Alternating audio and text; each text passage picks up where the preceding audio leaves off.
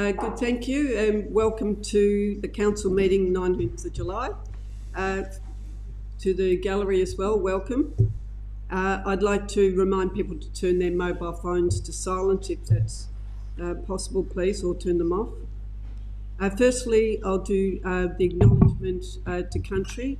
Bass Coast Shire Council acknowledges the Bunurong as the traditional owners and custodians of the land and the water, and pay respects to their elders past, present and emerging, for they hold the memories, the tradition, the culture and the law.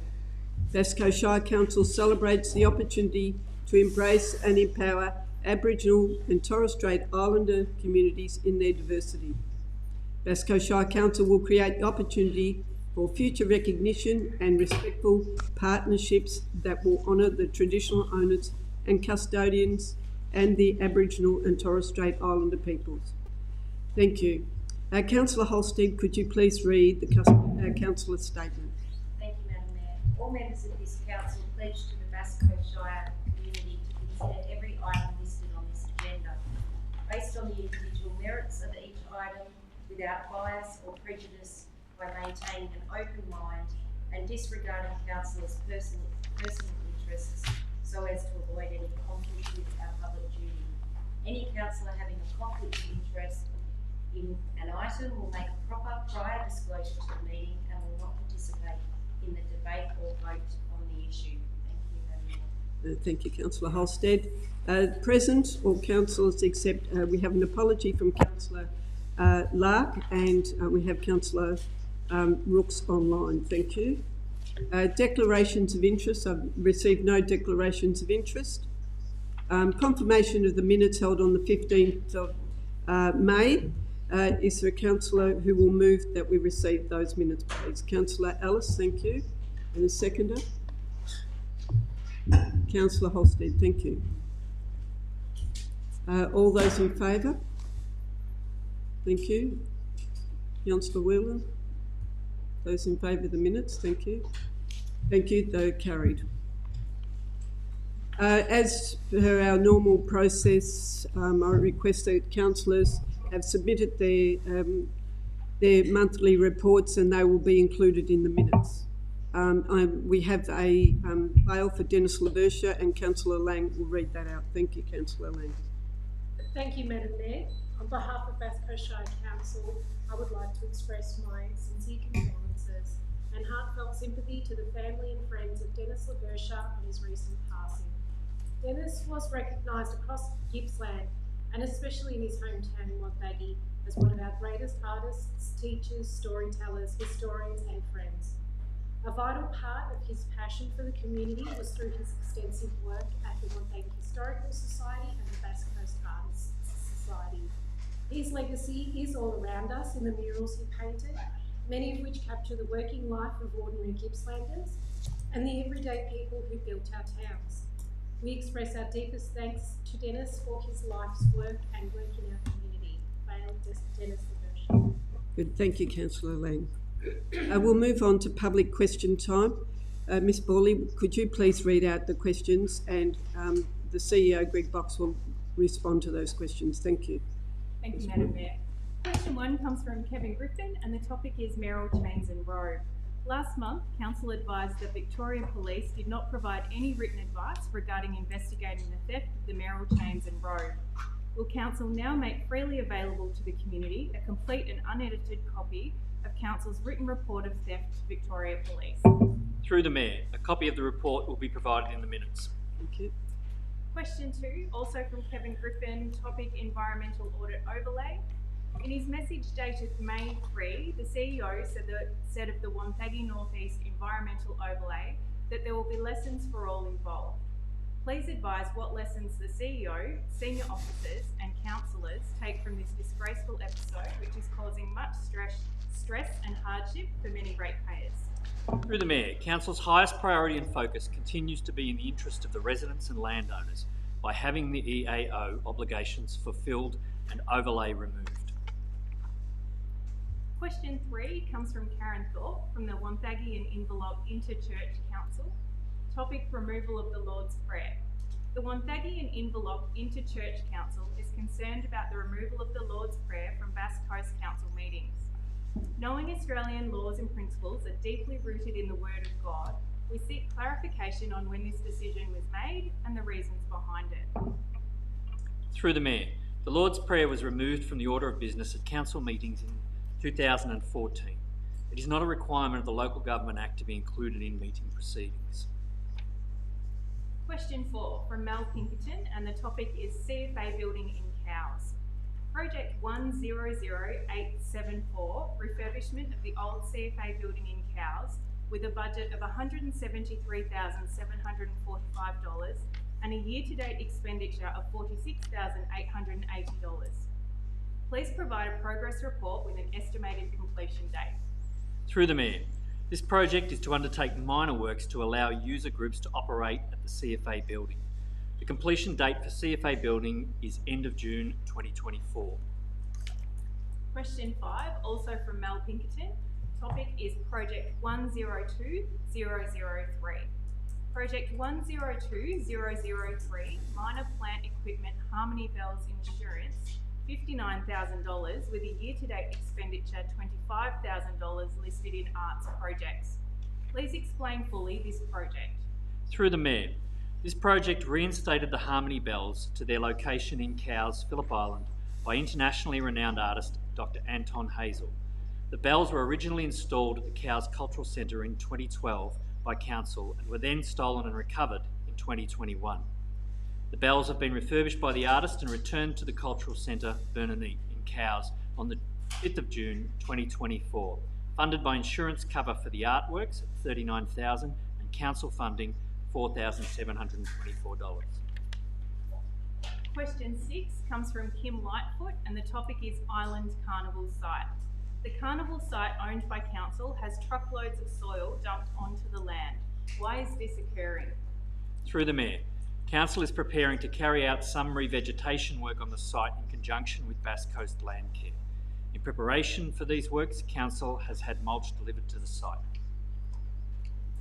Question 7, also from Kim Lightfoot, topic Bernanite Passive House certification. Bernanite Cultural Centre failed the Passive House certified testing recently. Please provide a plan that will achieve Passive House certification before 30 June 2024. Through the Mayor, the builder's contract includes clauses to ensure the building meets Passive House certification, and the builder is currently undertaking the necessary work to achieve certification. Question 8 and question 9 both come from Ethan Biancan, and the topic is Darlston Crown Land Development. One response will be provided. Question 1 was a submission to develop Crown Land, PPRZ, for the community of Darlston to use and enjoy, including a car park, walking trail, playground, and hundreds of trees vegetation, has been made. The land is currently an unusable paddock. Council isn't supportive of the proposed works. Why deprive the community of this amenity? Part 2, the works will be at the developer's cost and is seen as the community's asset. What changes to the proposal would allow the development of the PPRZ adjacent to 28 Station Street, Darlston to be supported, e.g. less trees, less open space, less playground area, etc. Through the Mayor, Council has received an application to amend a development plan. Crown Land is owned by the state, and as such, any development proposed on Crown Land requires approval from the state government. Question 10 comes from John Trott and is in 2 parts, and the topic is long-term financial plan. Part 1. In perusing the 2021 to 2031 long-term financial plan, I noticed that in the 10-year capital works program, high level, the assets renewal subtotal shows $38,763,295. In adding up the figures in this column, the amount comes to $138,736,295, a shortfall of $100 million. Is this correct, and will the CEO amend the long-term financial plan to show the correct amount? Through the Mayor, a formatting error when publishing the long-term financial plan resulted in the first digit being dropped from the $138,763,295 asset renewal total on page 59 of the long-term financial plan. The totals applied in the funding source total on page 67 and the lower level capital on page 85 of the long-term financial plan reflect the correct value of $138,763,295. Officers will amend and correct this oversight on the council website.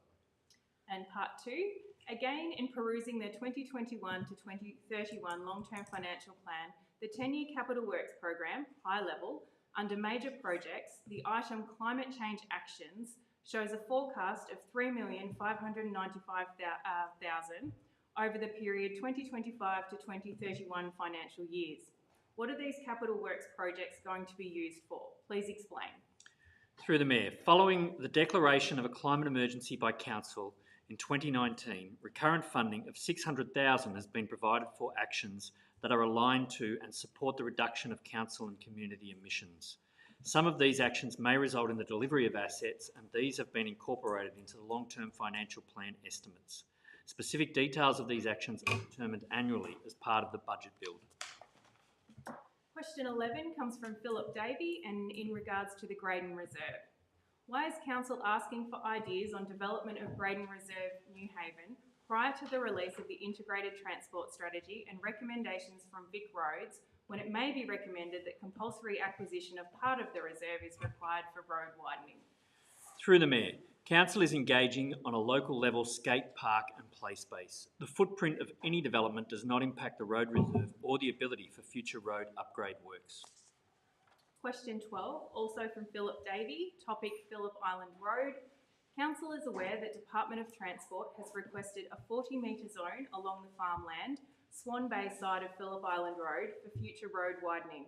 What is the proposed timeframe for construction of the new roadway to be constructed along the farmland site? Through the Mayor, the Department of Transport has not proposed a timeframe for the future widening of Phillip Island Road. Question 13 comes from Louise Lyle and the topic is absorption trenches. Why is Council continually allowing developers to discharge roof stormwater to absorption trenches at the rear of the property toward neighbouring properties and causing flooding issues to adjoining properties instead of to the legal point of discharge, the street gutter or drain which is under Council's control? Through the Mayor, assessments of stormwater discharges and legal points of discharge are assessed on a case-by-case basis. Council will issue a legal point of discharge to the council drainage system where available and practical to do so. In all cases, what is approved is compliant with the relevant standards, including absorption trenches. Question 14, also from Louise Lyle, and the topic is Council's Community Engagement Policy 2021. Council's Community Engagement Policy 2021 places a high level of importance on deliberative engagement principles, which places greater emphasis on involving people in decision-making and authentic engagement with the community. Why is all council communication dictated via the internet, which discriminates against computer illiterate ratepayers and not robust public meetings?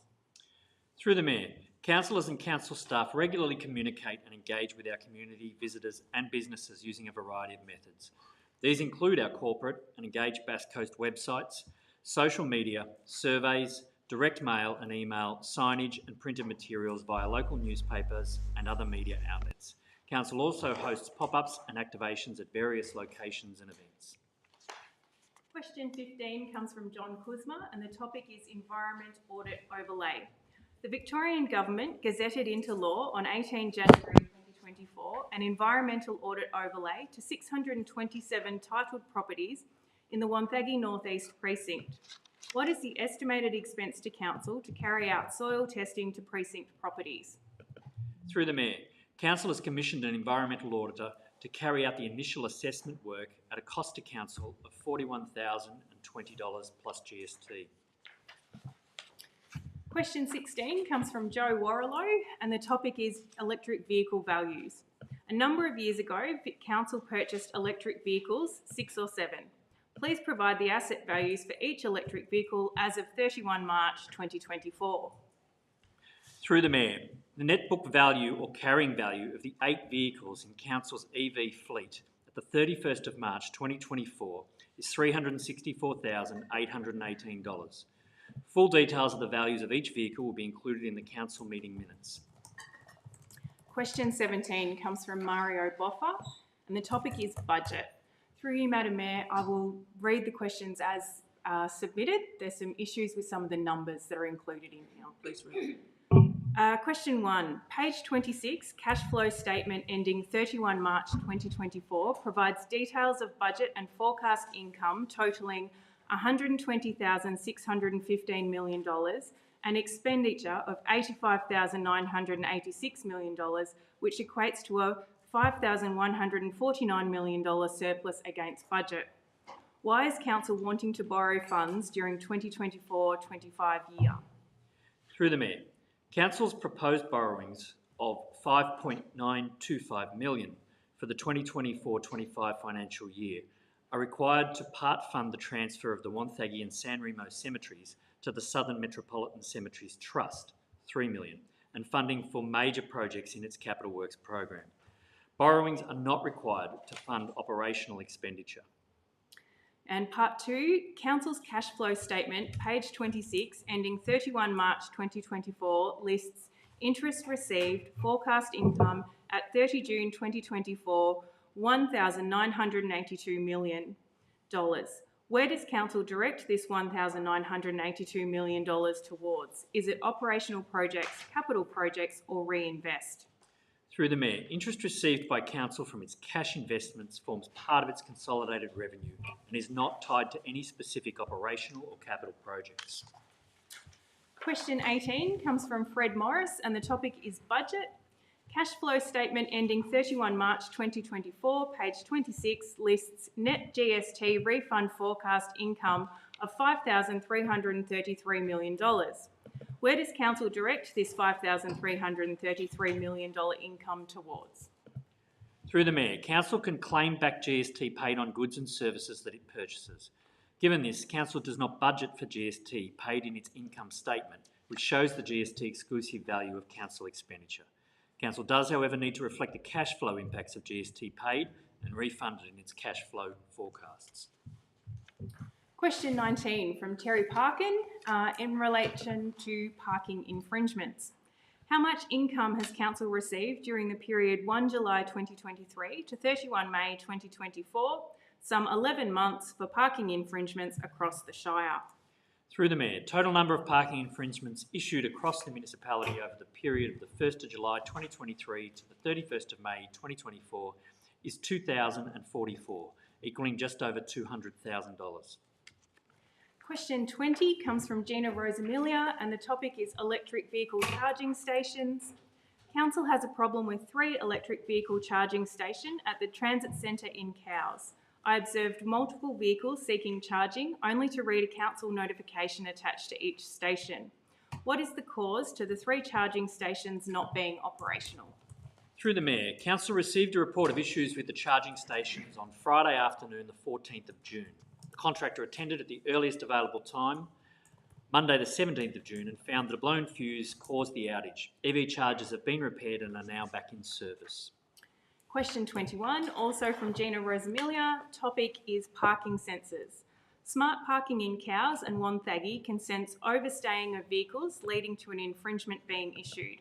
How much time does it take to reset the sensor after a vehicle departs the parking location and before entry on another vehicle? Through the Mayor, once the vehicle clears the parking bay, the sensor is reset. Question 22 comes from Graham Jolly and the topic is climate emergency. Council declared a climate emergency in September 2019. The plan states our vision for Bass Coast by 2030. In doing so, Council has expensed millions. What is the measurable benefit to climate change global warming that Council has achieved so far? Through the Mayor, since the Climate Change Action Plan was adopted, Council's investment in climate action has delivered measurable benefits to our region, including partnering with 50 other councils to source affordable electricity from 100% renewable energy, and this has reduced emissions by 260,000 tonnes of CO2 per year. Planting over 1 million native trees in partnership with local farmers, volunteers and Bass Coast Land Care Network, installing an extra 235 kilowatts of solar panels. As a result, Council's annual emissions have been reduced by more than 12,000 tonnes or 50% since 2018-19, resulting in $8 million per year for saving for our households and businesses. Question 23, our final question for the day, also comes from Graham Jolly, and the topic is Contract 21008 to McCorkle Construction. Contract 21008 to McCorkle Construction for $31,003,244.80 to build Bernanite Cultural and Community Centre in Cowes. How much money is remaining to be paid to McCorkle Construction as of 18 June 2024? Through the Mayor, as of the 18th of June 2024, there is $25,000 remaining to be paid on contract 21008 to McCorkle Construction. Thank you, Ms Morley. Thank you, Mr Box.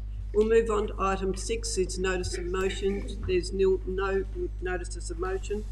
We'll move on to petition, joint deputation and correspondence. 7.1 is petition, the closure of the Aussie Outdoor Emporium. Could I please request a councillor to move and a seconder, please? Move. Councillor Holstead to move and Councillor Bauer to second. Thank you. The recommendation is there, councillors. Councillor Holstead, would you? Councillor Bauer, thank you. Any further discussion from councillors? No, I'll put that. Councillor Holstead. Thank you. Those in favour of the recommendation? Thank you. That's carried. Now we'll move on to reports requiring council's decision. The first one is 8.1, the adoption of the annual budget 24 to 25. Mr Phil Malta, will you please introduce the report? Thank you. Thank you, Madam Mayor. The purpose of this report is to obtain council authorisation for the adoption of the 2024-25 budget, including the fees and charges, as well as the annual action plan 2024/25. The budget has been developed following a rigorous and robust review process, which required significant attention on cost containment and additionally includes several targeted efficiency saving measures. This has enabled Council to release a balanced budget that strikes the balance between affordability and responsible financial management. It projects sound outcomes for a range of financial performance indicators that measure the organisation's operating position, liquidity or working capital position, the level of indebtedness, and asset renewal compared to depreciation. 4 community engagements on the draft budget and draft annual action plan have been facilitated by Council during April and May. Following this, Council received and heard 8 public submissions on the budget and annual action plan. Council will, following the adoption of the budget and annual action plan, formally thank the submitters for their input to the process and advise them of the outcome of their individual submissions. The budget has been set with an average rate increase of 2.75%, which is in line with the state government rate cap. The waste charge increase of $24 or 4.4% is consistent with the projections in the long-term financial plan and strategic resource plans. The capital program of $24.1 million, while lower than that of the previous year due to the exclusion of the major Bernanite project, contains a range of projects that deliver meaningful benefits and upgraded infrastructure across the Shire, while also ensuring that our asset renewal requirements are adequately provided for.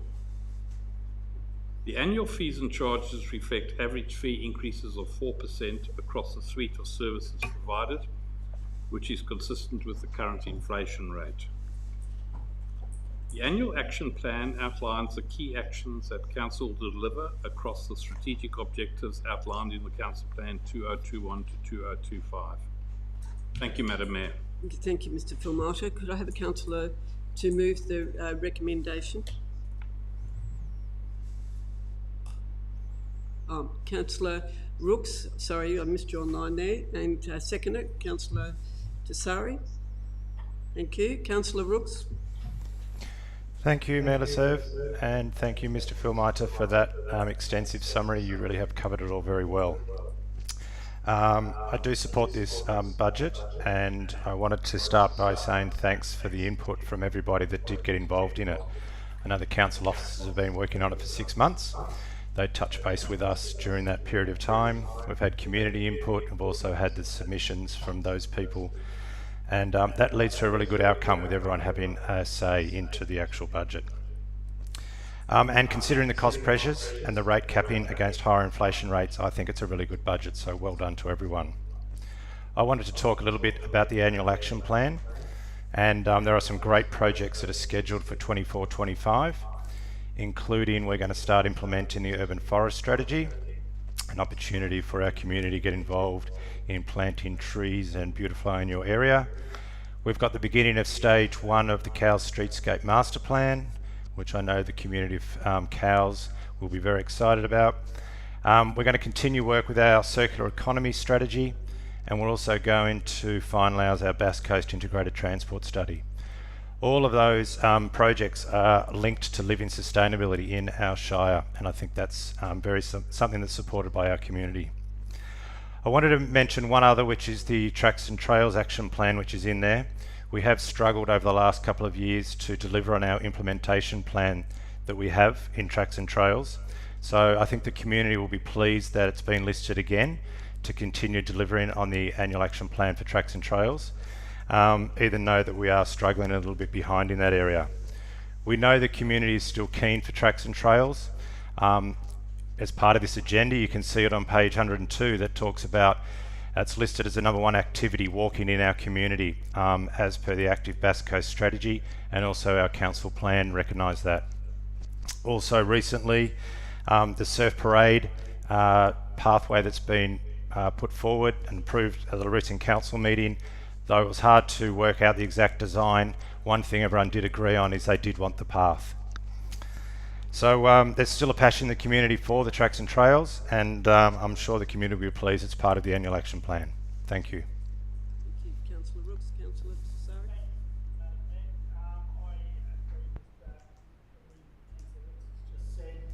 It's a responsible budget. I congratulate David and his team for the work that they have put into it.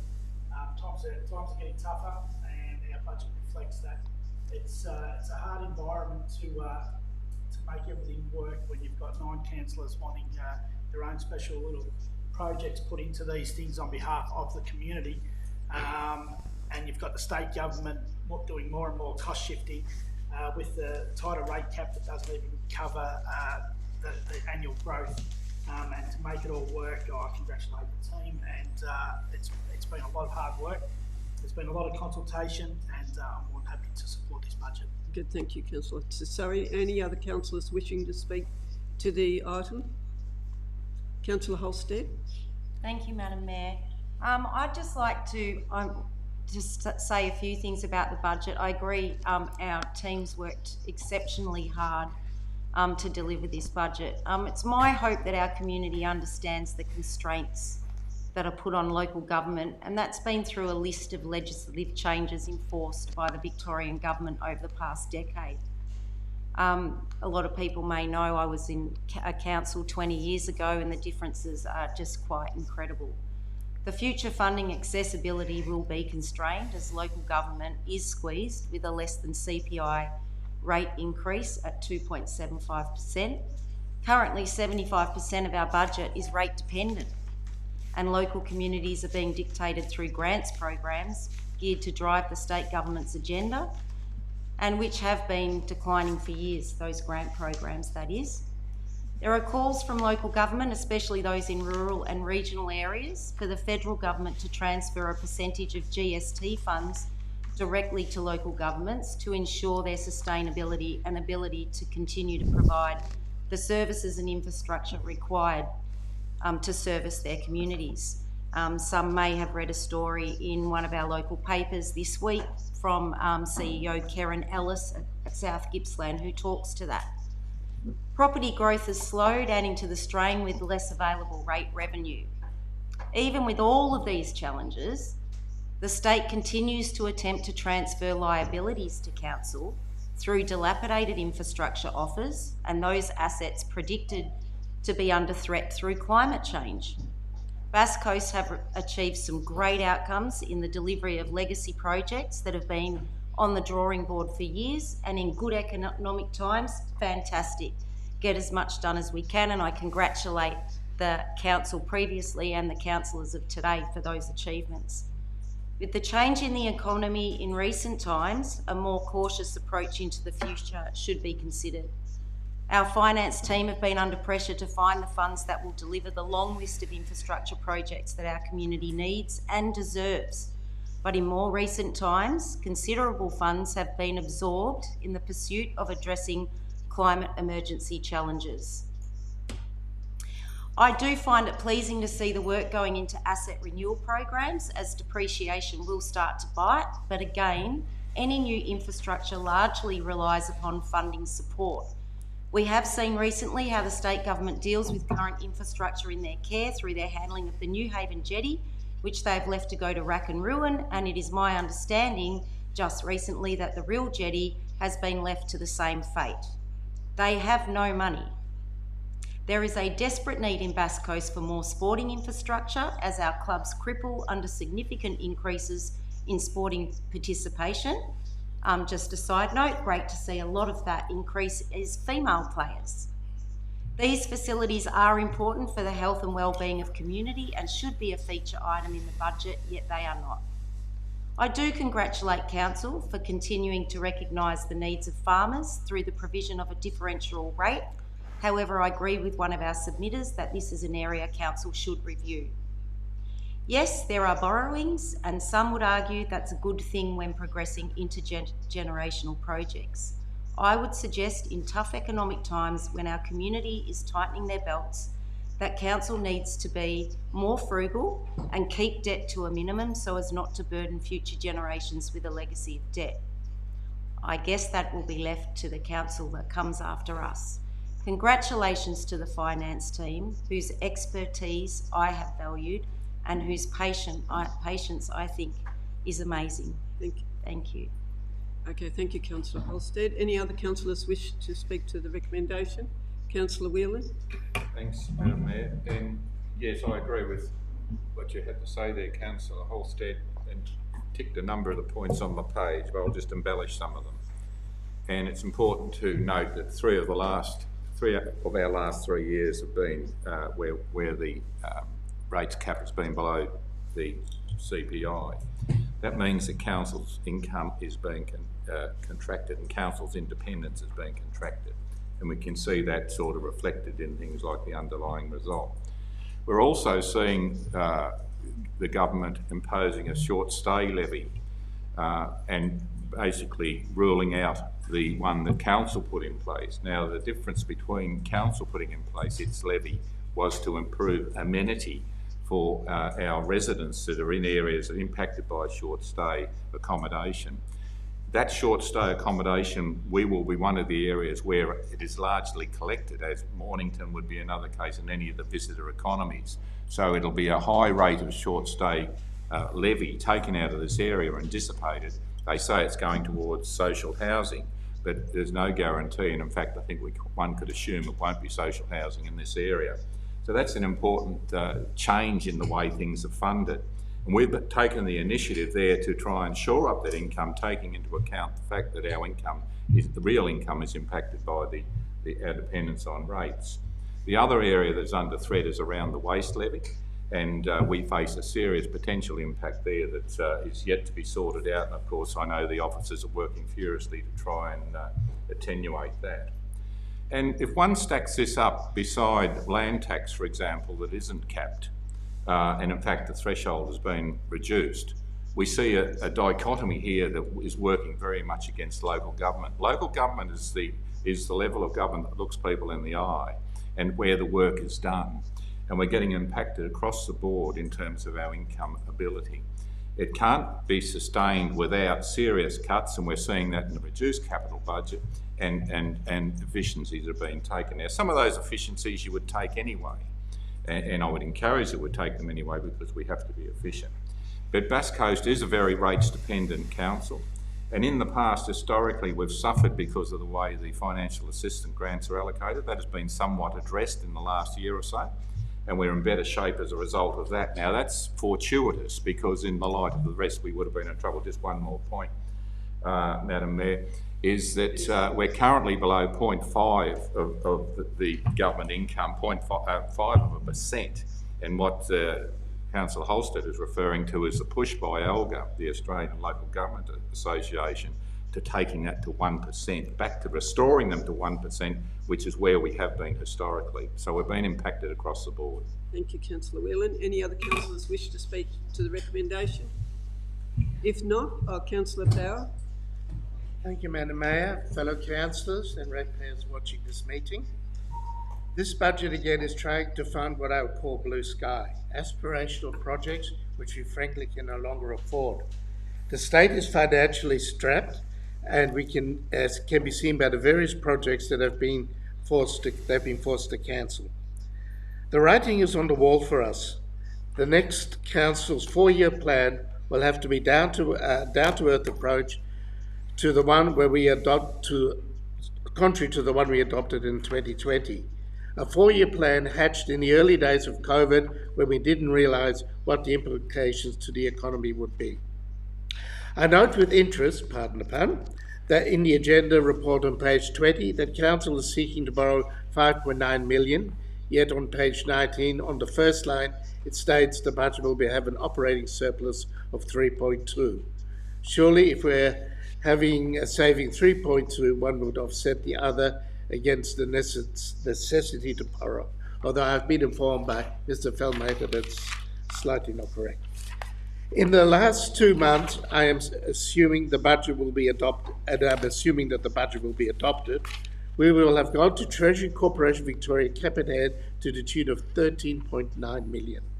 I don't doubt that the advice that councils have received insofar as borrowing is acceptable, but it does raise some basic questions on the overall direction. For nearly every project that the council undertakes, we seek a government grant. What this budget is showing is that the state government is cost shifting. To carry out our contract to the ratepayers, instead of granting West Coast the money, the government focuses us to borrow the state's money with an interest component. This adds at least another 2% to the cost of implementing the projects and puts further pressure on the budget and our overall financial position. As Councillor Lark says, we can't keep loading up the credit card. The only offset we have for the cost of the capital works is to increase the rates, and they've been capped at 2.75%, which echoes what Councillor Whelan has just said. As far as the annual service garbage charge is concerned, one of our fundamental duties under the 3Rs acronym, rates, roads and rubbish, is rubbish. The increase in the service charge is what I call rubbish creep. I believe we need to do more to absorb any cost increases. Though this budget has been balanced, and kudos to Mr. Fellmater and his team for achieving this, I urge persons running for council in this year's election to make themselves familiar with our projects and West Coast's annual budget report, so the next 4-year plan can be constructed not as a blue sky wish list of projects, but a plan built on sound financial footing. Thank you, Councillor Bauer. Any other councillors wishing to speak to the recommendation? If not, I'll put it back to Councillor Rooks. Councillor Rooks, do you want to sum up, please? No, nothing further to add. Okay, thank you, councillors. We'll vote on it. Those in favour of the recommendation? Thank you. That's carried. Thank you. Move on to item 8.2, planning application. Ms Taylor, could you please introduce the application? Thank you, Mayor. The purpose of this report is to present to Council a planning permit application for land at 556, 574, 644 and 682 Inverloch, Venus Bay Road, Inverloch. The application is for the use and development of the land as a camping and caravan park with ancillary food and drink kiosks, retail space, caretaker's house, restaurant, art gallery and museum, place of assembly, boat hire and boat and caravan storage. The land is currently within the farming zone, environmental significance overlay, land subject to inundation overlay and significant landscape overlay. This land is also within an area of cultural heritage sensitivity. A council decision on the application is required as the cost of development is estimated at $54 million. This application has been assessed and it is recommended that council issue a notice of refusal. This is on the basis that the application does not respond appropriately to the planning controls, nor does it represent orderly planning. Thank you, Mayor. Thank you, Ms Taylor. Do I have a councillor that move the recommendation? Thank you, Councillor Lang. Councillor to second the recommendation. Councillor Tassari, thank you.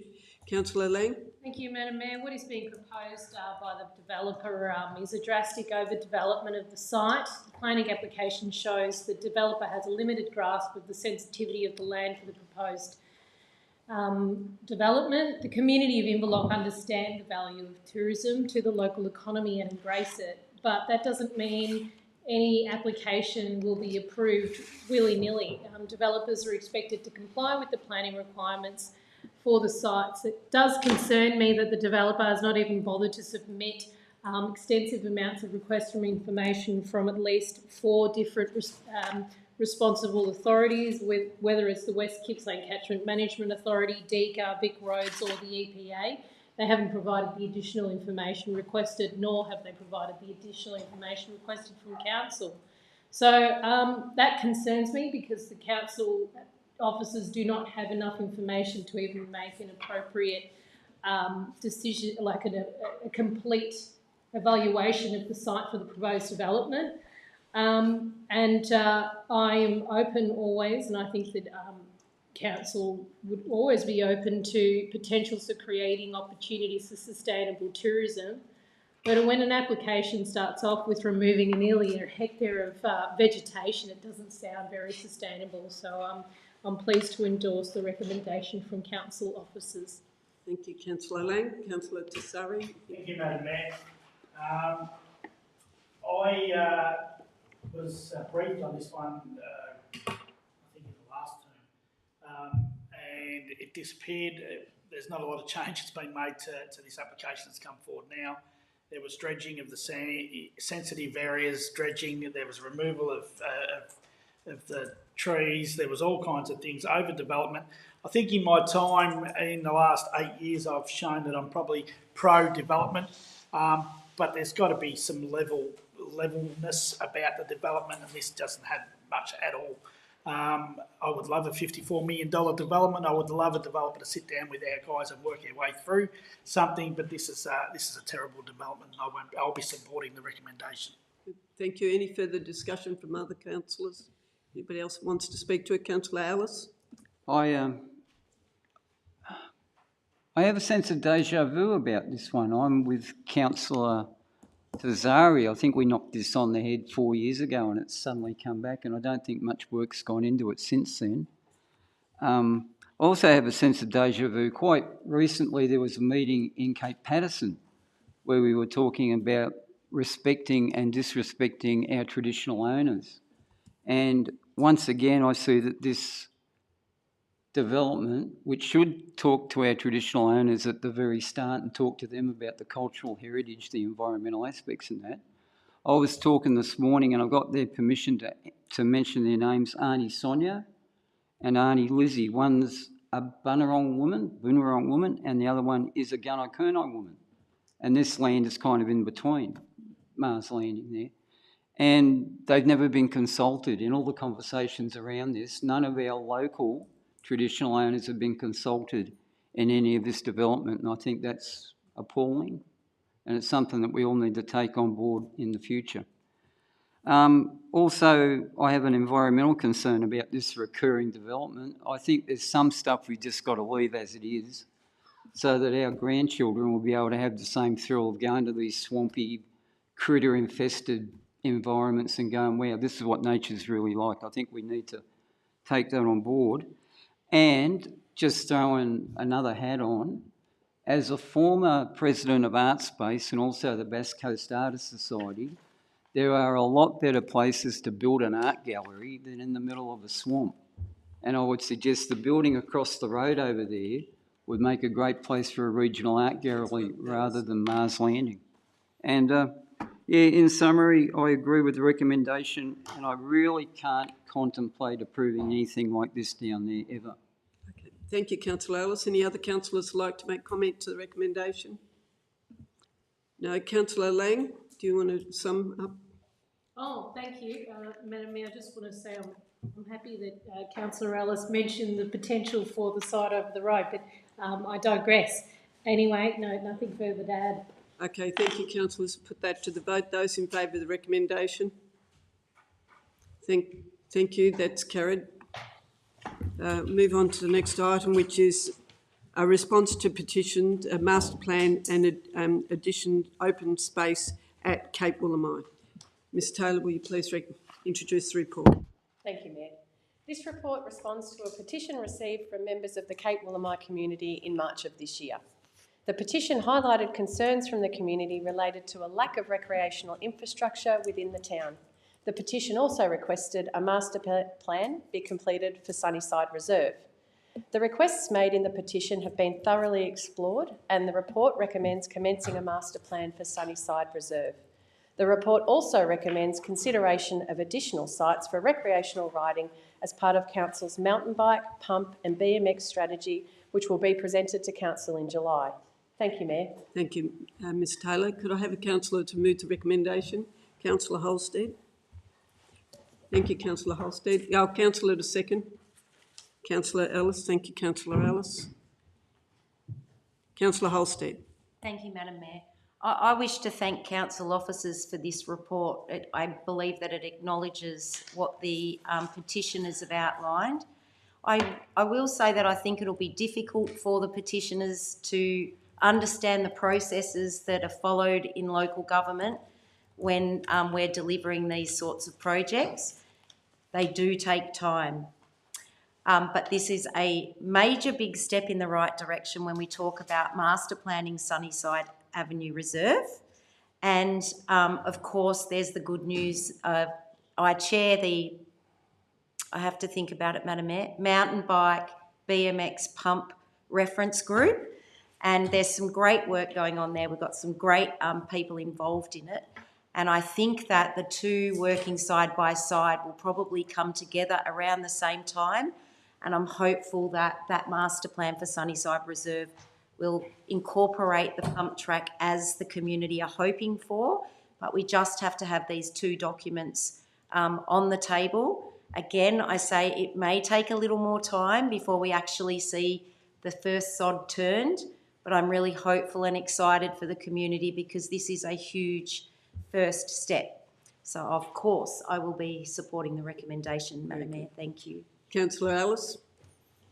Mayor Lasserve, I fully agree with everything that my fellow Western Port Ward councillor has said there. I think it's a bit hard for people to understand how long the process takes, but I think eventually there will be a great outcome over there with a BMX track. I just want to point out that there is a BMX track if the people of Cape Woolamai have access to a motor vehicle. They can travel over to Coronet Bay where there is a fully fledged and very extensive BMX track over there next to the wonderful community garden over there in Coronet Bay. I highly recommend that and I recommend this motion. Thank you. Any other councillors like to make comment to the recommendation? Councillor Bauer. Thank you, Madam Mayor, fellow councillors and ratepayers watching this meeting. I am pleased that Council has been able to move ahead through the request of the Sunnyside Reserve petition. Though until next council election, Cape Woolamai lies within the realm of the Western Port Ward, and I thank my Western Port Warders for what they've just said. I'm sure that the Island Ward councillors, Councillor Rooks, who is on screen, Councillor Whelan, living there. The playground BMX and mountain bike pump track needs to be voiced loudly. And I was involved with the playground in Real with the development when we built the boat ramp, and I hope we can achieve another award winner in Cape Woolamai. Thank you, Councillor Bauer. Look to stick to the point. Any other councillors wishing to make comment to the recommendation? No? Back to you, Councillor Holstead. Just one last comment, Madam Mayor. I want to congratulate the Cape Woolamai community because they have been really strong in their stance on this issue. They've been fighting hard for it and they've done an amazing job to get it this far. So congratulations to them, and just hang in there a bit longer. I'm a bit sad that I'm losing that area at the next election. I do plan to stand again, but I won't have you if I'm lucky enough at the next election. So I am sure whoever is in their chamber will consider what's been discussed today. Thank you. We'll put that to the vote. It's councillors in favour of the recommendation. Thank you. That's carried. Move on to the next 8.4, Urban Roads and Drainage Improvement Policy. Ms Taylor, again, thank you. Please introduce the report. Thank you, Mayor. The purpose of this report is to present to Council the outcomes of a review of the Urban Road and Drainage Improvement Policy. This policy provides a framework for the design and delivery of improvement projects for urban areas with unmade roads and unconstructed drainage. Proposed changes to the policy include reducing the size of projects, making community projects easier, and reprioritising the program. The report also responds to 9 petitions received related to road and drainage upgrades in Surf Beach and Sunderland Bay. These petitions have been considered as part of the policy review, and it is recommended that Council proceed with 3 projects, 2 on the Esplanade and 1 at Link Street. Thank you, Mayor. Thank you, Ms Taylor. Could I have a councillor move the recommendation, please? Sorry, Councillor Holstead, thank you. Seconder? Councillor Ellis, thank you. Councillor Holstead? Thanks, Madam Mayor. I wasn't actually going to talk to this, but I'll just talk off the cuff. This has been a real difficult one, given that we've just come through Surf Beach, Sunderland Bay, and there was a huge amount of emotion surrounding that project. It is incumbent on council to address these issues. I've seen some horrific photos of flooded streets, of dust bowls, potted holes. I mean, we see them everywhere, but specifically in some of the areas around Bass Coast. Look, it's a historical legacy that we're facing as a council. It does need to be addressed. I have had a chat with the planning department about the actual design of these projects, and I'm comforted that the design is reached through working with the community.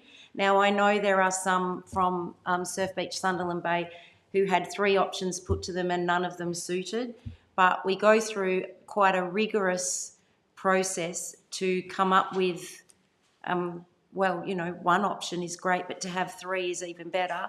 So I think that council is doing their best to provide the community with the options that are available and that will allow these, I guess, health issues to be addressed.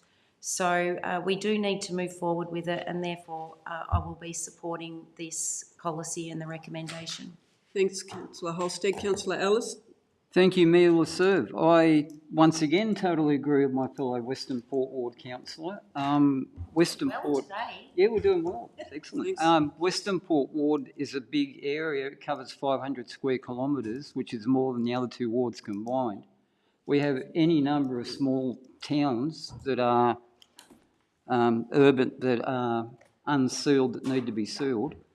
I fully support this policy, and I also want to state that I wish that the Commonwealth Government, rather than picking on the state government for a change, put more money in towards their grant funding for road development. I think we could make better use of that. And yeah, I commend the report. Okay, thank you, Councillor Ellis. Other councillors wanting to speak to the recommendation? No? If not, Councillor Holstead, closing. Yes, just to say that I really like that last comment, Councillor Ellison, to have maybe we knock on the federal government's door for some road funding to try and break the back of this historical legacy, but recommendation, I'm all for it. Okay, those council will vote. Those in favour of the recommendation? Thank you, that's carried. Move on. The next item is 8.5, the Environment Fund. Ms Kennedy, could you introduce the report, please? Thank you, Mayor. The purpose of this report is to recommend that Council commence the establishment of an Environment Fund as a company limited by guaranteeing partnership with Biodiversity Legacy. Biodiversity Legacy is a not-for-profit charity that is dedicated to supporting organisations who strive to protect biodiversity and ensure equitable transfer of land to future generations. The purpose of the fund is to reverse biodiversity decline by preserving and enhancing existing habitat and accelerating the restoration of connected habitat across the landscape. The Environment Fund will be independent, a not-for-profit entity that will raise funds, build partnerships and deliver action across the region to accelerate habitat restoration. The Environment Fund will be established with 2 founding members, Bass Coast Shire Council and Biodiversity Legacy. A draft constitution to underpin the Environment Fund will be considered at a future council meeting. Thank you, Mayor. Thank you, Ms Kennedy. Councillors, do I have councillor to move? Councillor Whelan. Councillor to second. Councillor Lang, thank you. Councillor Whelan. Thanks, Madam Mayor. Yeah, it's really great to have got to this stage with this Environment Fund and have a partner like Biodiversity Legacy that's out there and doing this already gives it a great chance of success.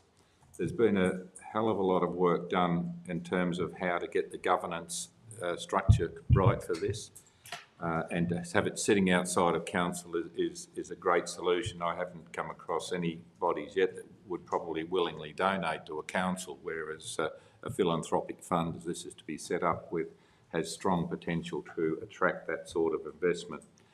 It also, some of the work, the research work that's been done on this is done by the South East Council's Climate Change Alliance that I chaired for 5 years, and we push this thing along. And there's strong potential from metro councils and that sort of thing to invest in this sort of fund, as we may choose in future budgets to do as well.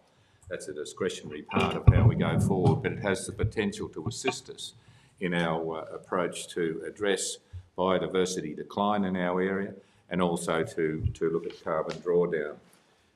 So it has incredible potential. It's very consistent with the regenerative tourism model that's been adopted by Destination Phillip Island, and also the potential through science and academic tourism that are largely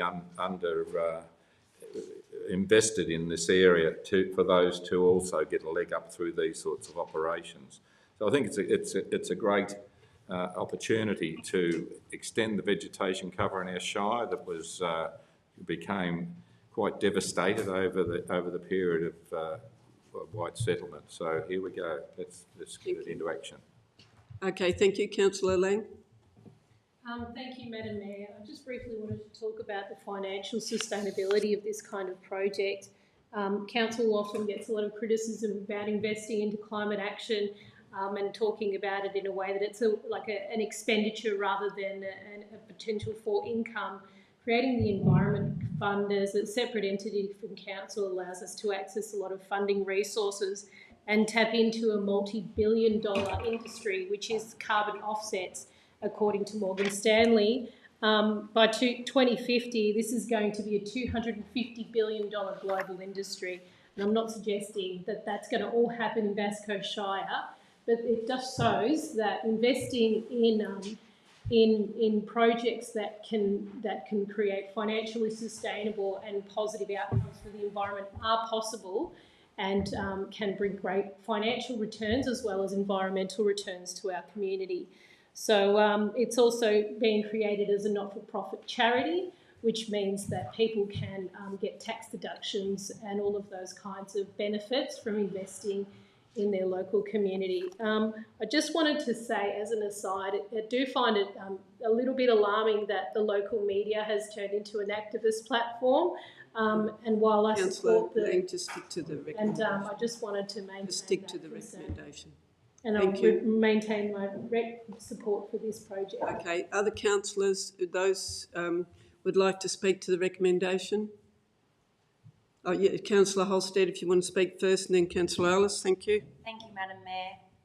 I just wanted to say that this council has invested and continues to invest significant ratepayer funds in the name of addressing climate emergency. It's a difficult debate to have as the threat of climate change is real, and I don't doubt any councillor in their commitment to addressing the challenges we all face. This council's done some seriously heavy lifting over the last 8 years in that space, and I do worry the pendulum has swung far too far one way. I am mindful that we're living in an urban environment with a population of residents who are requiring infrastructure and services. And sometimes I feel like there's so much focus on the climate emergency argument that we're neglecting those areas. I'm really hoping that the next council brings back some balance by considering this as part of their deliberations. But given officers have confirmed to me that there's no impact on our budget with this fund or with this project, and that this fund will stand alone, it is about setting up the governance framework and encouraging private investment, then I will support it, but only based on the fact that there's no impact on our budget for this project. Thank you, Councillor Holstead. Councillor Ellis, and sorry, Councillor Rooks, I'll take you next. Councillor Ellis. Mayor Lasserve, thank you. I too am comforted by the fact that we are assured that there is no impact on the council budget apart from some maybe in-kind officer support for this. When I'm looking through the list of stakeholders that are going to be consulted and will be able to share knowledge and drive outcomes with this, I note that the traditional owners are listed. I just want to make sure that there's an ability for our local traditional owners who aren't part of our recommended Aboriginal party, responsible Aboriginal party, thank you for that, are also able to share in this knowledge and help drive the outcomes and be consulted about those outcomes. Thank you, Councillor Ellis. Councillor Rooks, did you want to speak to the recommendation?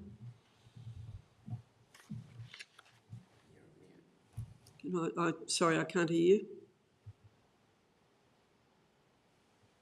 It sounds like now, we've got that's it. better. Sorry, the host had turned me off, so I can talk now. A couple of points I wanted to make towards this. One was I'd like to thank Councillor Whelan for his drive and initiative to bring this project to the stage it's at the moment. He's been behind this for many, many years, working with community members and council officers, and he should be really proud of himself for getting it to this point. This is a new concept for councils to do. Biodiversity Legacy have told us that it's not something they've done before with councils, and so they're very excited about this initiative, as we should be as a council. And if we can get the model right, then other council groups can follow us. I'm really pleased that Biodiversity Legacy are a local group, and there's already people I know, local environmental champions, that work with this group and support them. So I'm really pleased that's a case in story as well. So just wanted to say I support this recommendation. Okay, thank you, Councillor Rooks. Any other councillors wishing to speak to it? Councillor Tessari. Thank you, Madam Mayor. I just feel compelled to add my 2 cents to it, and every now and then we have to team up with groups that do it better than what we do. Perfect example is the Orange building across the road. If we had have gone out and tried to set that up and run it ourselves and do it ourselves, one, it would have cost a lot more money, and two, it would have been, I would suggest, not as well operated as what the CEC is across the road. So every now and then we contribute and make a difference to our society by teaming up with people that do it better than what we can. So I'm all for it. Excellent, thank you. Any other councillors wishing to speak to the recommendation? Councillor Bauer. Thank you, Madam Mayor, fellow councillors and ratepayers watching this meeting. Last month, councillors voted to install EV state chargers in the Shire and didn't charge for their use. Thus, we entered the service station business. Today, we're being asked to provide our support for a private enterprise, the Biodiversity Legacy.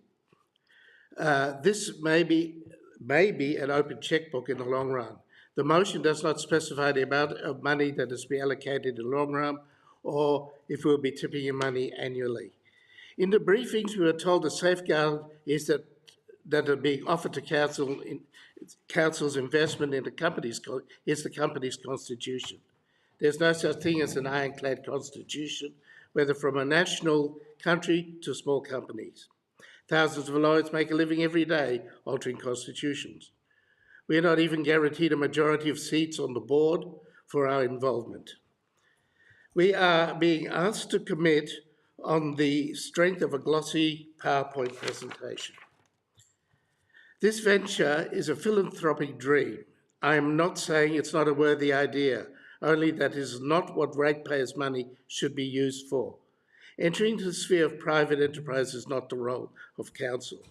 If individual councillors feel strongly enough about the biodiversity legacy, then they can request a prospectus and are more than free to invest their own money in this venture. Thank you. Thank you, Councillor Bauer. Is there any other councillors that wish to speak? If not, I'll revert to Councillor Whelan to close. Thank you, Councillor Whelan. It's interesting that we have a tendency there to lump this just into a bag of issues around climate change. It's an opportunity that's been created. It's a very positive thing that we're doing. As Councillor Tassari said, we get our best results when we partner. And he also had on his list there the Bass Coast Foundation, which is another group that we partner with. And that's what we're doing here. The governance is quite clear if one does even read the PowerPoint presentation, that in fact it is a governance structure that sits outside of council. We are doing this as an innovative approach to the issues that exist here in Bass Coast in terms of the biodiversity crisis we have, the biodiversity linkages biolinks that we're looking to put in place. And if anyone doesn't feel that climate change is something that's worthy of our consideration and investment, then I invite them to come along and meet with some of the residents at Woodland Avenue and Silverleaves and see what climate change is. Just hold it. Yes, Councillor. I think that's an incorrect statement. Nobody said that the councillors don't support climate emergency. Thank you, Councillor Holstein. Councillor Whelan to retract that statement. Well, I'm quite happy to address that. There's no point of order either. I'm entitled to address the issues as I see fit, and if the councillor disagrees, then they can handle that in debate. So it's important because it is a major cost driver in Bass Coast because of our coastal exposure. Madam Mayor, could I just clarify? Yep. There's a point of order 54.6.4 that aims to embarrassing a councillor or member of staff. Now, I think the comments that Councillor Whelan just said is aimed at embarrassing councillors who may not hold the same opinion as he has. I would like Councillor Whelan to withdraw the statement that some councillors don't accept climate emergency. Thank you, Councillor Holstead. You've made your point. Councillor Holstead, you've made your point. Thank you. Councillor Whelan, maybe you can reword your statement. I didn't use those words, okay. Madam Mayor, so no, I won't be withdrawing anything. And what's more, so we have major cost drivers occurring in Bass Coast, along our coast from coastal erosion. It is a significant issue that warrants our attention. And in a recent meeting with the South East Council's Climate Change Alliance, when the CEO was asked what the big issues are, and this is budget sustainability, and one of the biggest impacts on that is the issue around the costs being driven by climate change. So I also wanted to address the traditional owner point that was raised, and one of the things we need to do when we actually, if we do acquire parcels of land and ensure that they are not locked out, if we go certain paths in terms of offsets and that sort of thing, it locks out other uses, and we need to be very mindful in how we do that. So going forward, there's some significant governance issues around how that land could be used into the future. And I think you'll find the biodiversity legacy has worked very closely with Gunno Kurnai up in the Gippsland area already on a number of projects they've put in place. So I'll wrap up, Madam Mayor, by saying this is a very innovative approach. It's an approach that council may choose in the future to invest in, but it's really targeted at the philanthropic areas and also the ability of other councils to invest in terms of their offsets against their climate change emissions. Thank you, Councillor Whelan. We'll put it to the vote. Those in favour of the recommendation, please raise your hands.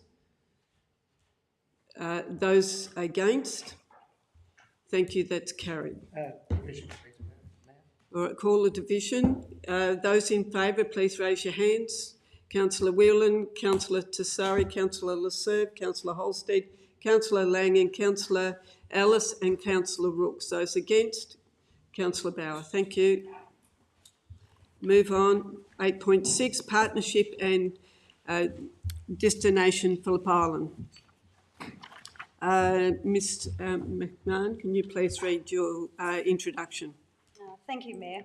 The purpose of this report is to provide Council with the appropriate information to enter into an 18-month partnership agreement between Bass Coast Shire Council and Destination Phillip Island. The purpose of this partnership agreement is to clearly articulate the relationship, responsibility and funding commitment that supports the collaborative working arrangements between Bass Coast Shire Council and Destination Phillip Island. Thank you. Good, thank you. The councillor to move the recommendation. Councillor Rooks, a seconder. Councillor Whelan, thank you. Councillor Rooks. Thank you, Mayor Lasser. We do need to recognise the importance of tourism on Phillip Island, and previously it's been stated a number of times in our council meetings that Phillip Island is the second most reliant shire or area in Australia on tourism, behind Lassiter, which is in Central Australia. Our recent destination management plan, which has been formulated, now lists us as the fourth most dependent body or area on tourism in Australia, but we are number one in Victoria. Therefore, it's completely appropriate to have a strong and purposeful relationship with Destination Phillip Island, our peak tourist body in the area. I also just wanted to mention the recent destination management plan that was put together, which was led by Destination Phillip Island, has a great purpose. The purpose of it is tourism for the greater good, where we're looking at encouraging our tourists to align themselves to the way of life that we appreciate down here, recognising the environment and hopefully giving back to our local area. I support this recommendation. Thank you, Councillor Rooks. Councillor Whelan. Yes, I also support this strongly. DPI is very important on Phillip Island, San Remo areas. And as Councillor Rooks has said, the move towards a regenerative tourism model is particularly encouraging as well. There's strong indications going back as far as the visitor economy strategy we adopted in 2016 that supports the adventure and nature tourism model. This does that. We have some issues that need to be addressed going forward, and I recommend that we are strongly supportive of DPI in continuing coverage that is particular to Bass Coast. How we achieve that across Bass Coast is something that needs to be given careful consideration and into the future, as there is government pressure for rationalisation around the destination boards. We need to make sure that the interests of this area are strongly represented when it comes to the final shakedown of how that looks into the future. Good. Thank you, Councillor Whelan. Any other councillors like to speak to the recommendation? Councillor Bauer. Thank you, Madam Mayor, fellow councillors and ratepayers watching this meeting. I'd like to echo what Councillor Whelan has just said, very strongly indeed. The only point that I'd like to make further than that is, if you look at the way the DPI is structured to what we've just voted for on 8.5, there's a huge difference, and that's why I will be supporting 8.6, this recommendation. Thank you. Any other councillors like to speak to the recommendation? No. Get Councillor Rooks. Like to close, please. Nothing further to add. Thank you. We'll put that to the vote. All of those in favour? Thank you. That's carried. 8.7, Instrument of Appointment and Authorisations. Ms Borley, will you please introduce the report? Thank you, Mayor. This report recommends that Council resolve to appoint the named officers as an authorised officer and approve the execution of the attached Instrument of Appointment and Authorisations. The report also recommends that Council revoke authorisations to the officers that no longer require it under the Planning and Environment Act 1987. Good, thank you, Ms Borley. Councillor Tessari, you've moved that? I'll move that one. Thank you. Seconder, Councillor Lang. Councillor Tessari. Purely procedural, Madam Mayor. I've been practicing that. Thank you. Councillor Lang, would you like to add anything further? Nothing further. Okay. Any other councillors like to speak to the recommendation? No? So, Councillor Tessari, I can put it to the vote? I'll put it to a vote. Thank you. Those councillors in favour of the recommendation? Thank you, that's carried. 8.8 is instrument of appointment of authority. Is that right, or did I just do that one? Sorry, I didn't hear. Instrument of delegation. Did I? Sorry, I got out of order. We got excited. Go back one. Robin, could you please, Ms. Borley, could you please introduce the next item? Thank you, Mayor. The purpose of this report is to recommend that Council adopts the instrument of delegation from Council to Chief Executive Officer and revoke the previously adopted instrument of delegation to support the effective operation of Council. Thank you. Thank you. It was just a bit confusing with the same heading, so that's fine. Thank you. We have a councillor to move the recommendation as per the agenda. Councillor Holstead. Seconder, please. Councillor Bauer. Councillor Holstead. Yes, Madam Mayor, there's procedural as well, but I would like to say I'm really impressed with our Chief Executive Officer so far, so thank you. I trust him with those checkbooks. Yeah, thank you. Okay, and Councillor Bauer, anything you want to add further? I'm just practicing what Councillor Tussara said. It's procedural. Okay, thank you. Any other councillor like to speak to the recommendation? No? I'll put that to the vote then. Oh, Councillor Holstead, unless you've got something further? No, that's no. fine. Okay, thank you. CEO enough. Thank you. Those in favour? Thank you, that's carried. That was a tricky one. Okay, now we'll go to 8.9, renewal of the banking services contract. Ms. Borley, will you please introduce the report? Thank you, Mayor. This report recommends that Council commit to a 4-year renewal of its transactional banking services under the Collaborative State Purchasing Contract, awarding tender 24018 to Westpac Banking Corporation. Thank you. Thank you. Council would like to move the recommendation. Councillor Lang, a seconder. Councillor Ellis. Thank you, Councillor Lang. Thank you, Madam Mayor. There's quite an extensive bit of work to assess the appropriate banker for transactions that Council is required to do. It would be great to see further banks join as providers on the state purchase contract, allowing there to be greater competition amongst the banks to allow us to access hopefully better returns in the future. But under the constraints of the current contract panel options, Westpac Banking Corporation appears to be the optimum one for this tender. So happy to endorse it for consideration by my fellow councillors. Thank you. Councillor Ellis. I think Councillor Lang has summarised it nicely. I can add nothing further. Any other councillors wishing to speak to the recommendation? No? Okay, will Councillor Lang put it to the vote? Yeah, just briefly, I wanted to add that originally only Westpac was the only bank to be able to tender from for this kind of service. So it is great that there has been another further 2 banks added to it. Considering there's probably only 4 available in Australia, it's not a bad hit. So, yeah. Okay, good, thank you. We'll put that to the vote. Those in councillors in favour? Thank you, that's carried. 8.10, extension of the contract of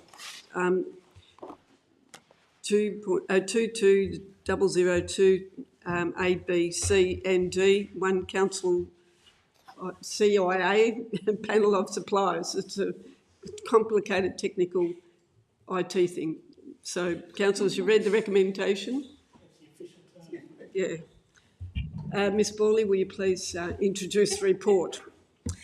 Thank you, Madam Mayor. The purpose of this report is to recommend the Council approves a 12-month contract extension to the panel of suppliers for the ongoing delivery and enhancement of Council's One Council platform.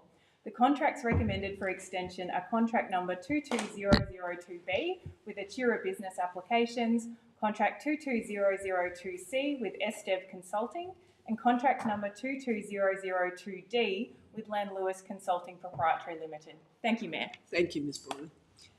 Do I have a councillor to move the recommendation, please? Councillor Lang, thank you. Seconder, Councillor Ellis. Thank you, Madam Mayor. Council is extremely reliant on up-to-date current technology, and a lot of work has gone into developing these appropriate contracts by council officers. We get hundreds of requests a day from community to do repairs across the Shire or to inquire about rates or you name it, the inquiry has been made. And that is only one aspect of the kind of work that this technology supports. So I think that the work that has been developed in order to undertake these extend these contracts is appropriate and requires endorsement from council. Thank you, Councillor Ellis. Thank you, Mayor Laserve. I'll just reiterate what Councillor Tazari said earlier on about sometimes you have to do things outside of council and there's people that can do it better and cheaper than we can. And I think this is a great example of that. I think this serves the ratepayers well. I recommend. Thank you, Councillor Ellis. Any other councillors liking to speak to the recommendation?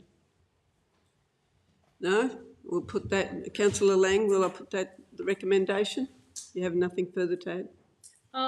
Just to clarify that it's also a panel of a bunch of suppliers that we have vetted, well not me personally, but council officers have vetted to deliver the kind of appropriate services that we require. So it's a bit of a smorgasbord that we can choose from. So that's it. Thanks. Thank you very much. Those councillors in favour of the recommendation? Thank you, that's carried.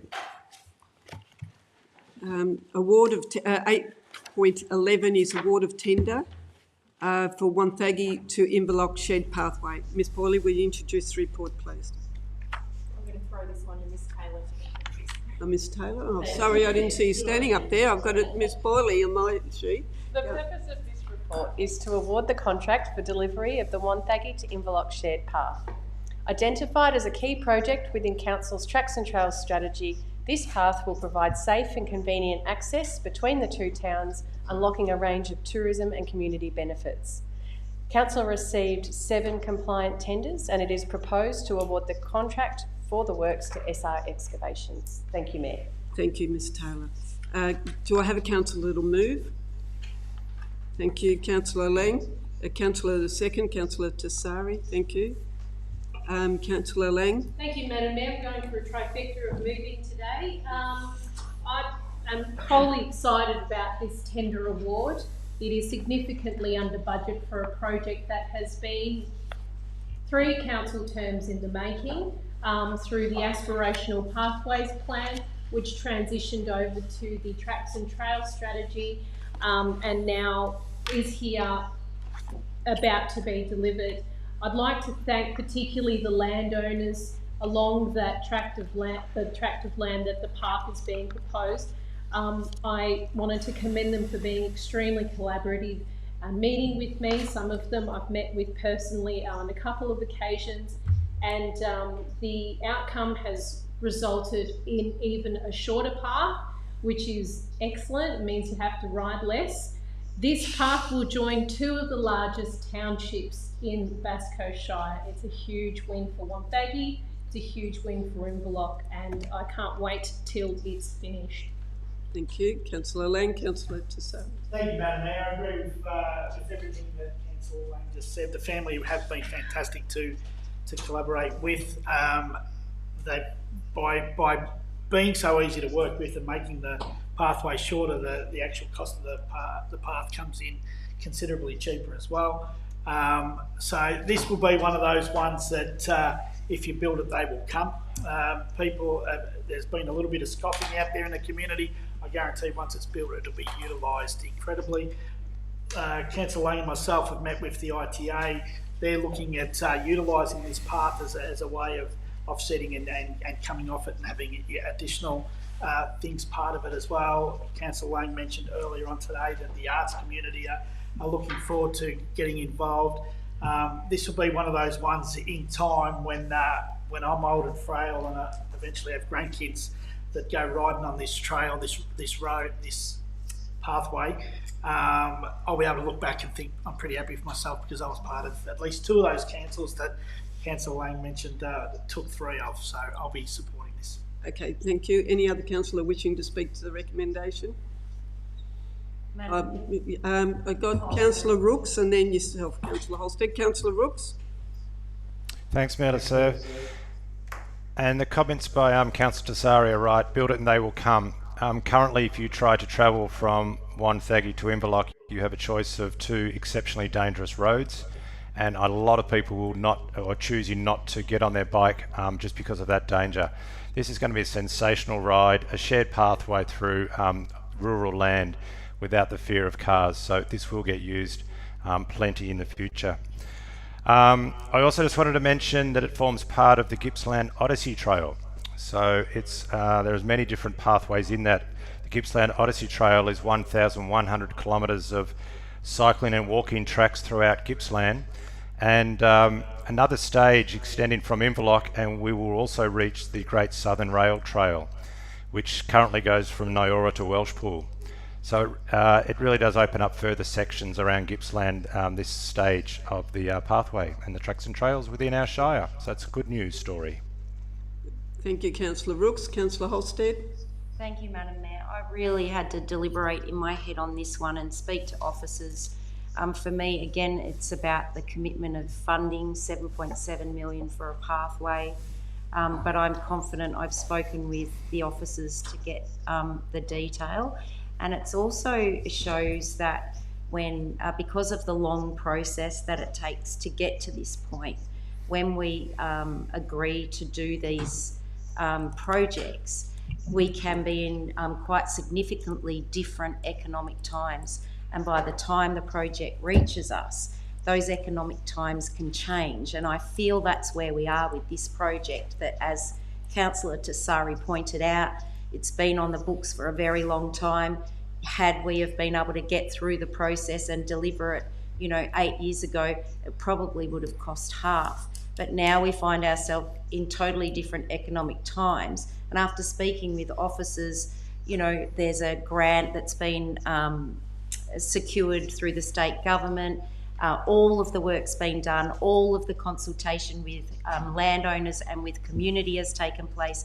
And now we're at the final hurdle. So to not jump that hurdle now and go with the recommendation, I think would be a total waste of all the effort that has gone into getting it to this point.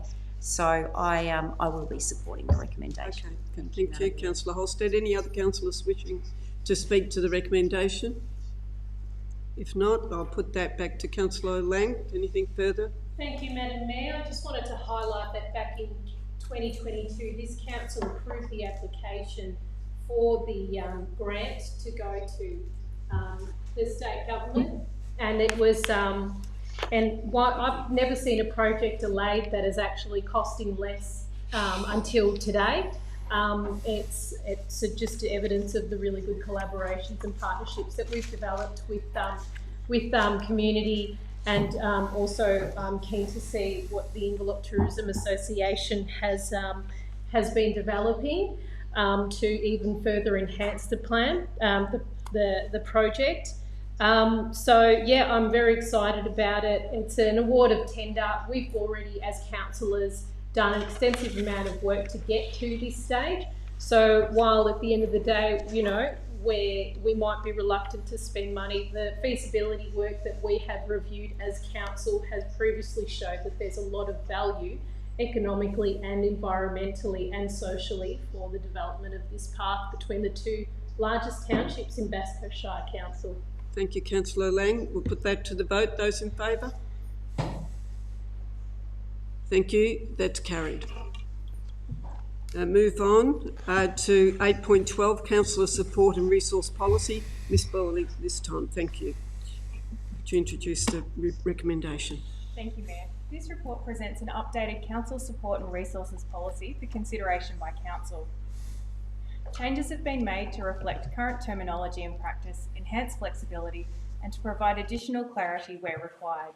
It is recommended that council adopts the updated council support and resources policy. Thank you, Ms Bowley. Councillor to move the recommendation. Councillor Lang. A seconder. Councillor Bauer, thank you. Councillor Lang. Thank you, Madam Mayor. I think the Council's support and resources policy needs to reflect the needs of the current councillors. It would be good in the long for the next run of councillors to also be able to review the policy. But I think that it's we've worked really hard to make council as accessible as possible to councillors.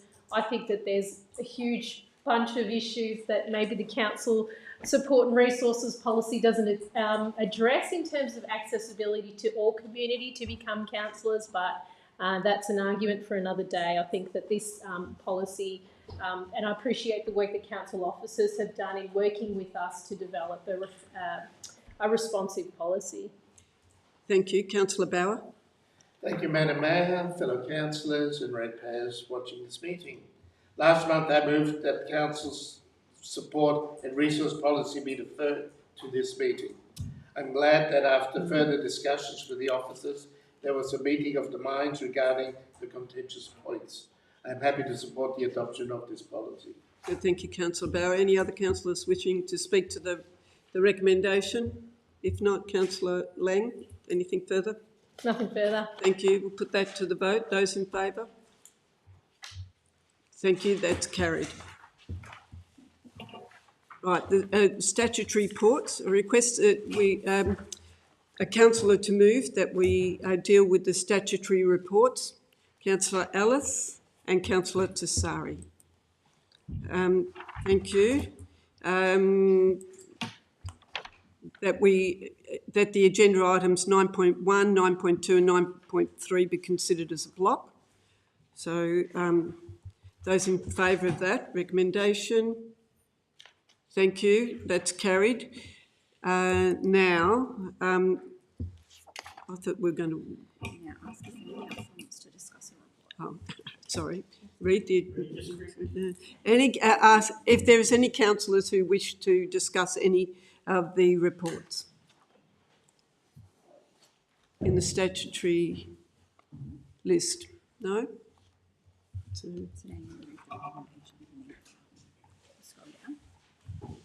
oh, yeah. Okay. Is there a councillor to move that we receive the recommendation? Thank you, Councillor Tessari. Councillor Lang. Oh, sorry, Councillor Ellis. All those in favour? Thank you, that's carried. There's no urgent business, so we'll move on to... the next council meeting will be held on the 17th of July in the chamber here in Wonthaggi at 1 o'clock. So I thank those people for attending. This meeting will be closed to members of the public pursuant to Section 66 of the Local Government Act 2020 to consider an item as we deal with personal information, being information which is released would result in unreasonable disclosure for information about the person or personal affairs. Request a councillor move that. Thank you, Councillor Tessari. And a seconder, Councillor Lang, thank you. Those in favour, we close the meeting and move to the next one. Thank you. Thank you. That's carried. Thank you, Councillor. Okay, thank you. That is the end of our live streaming. We thank you for attending today.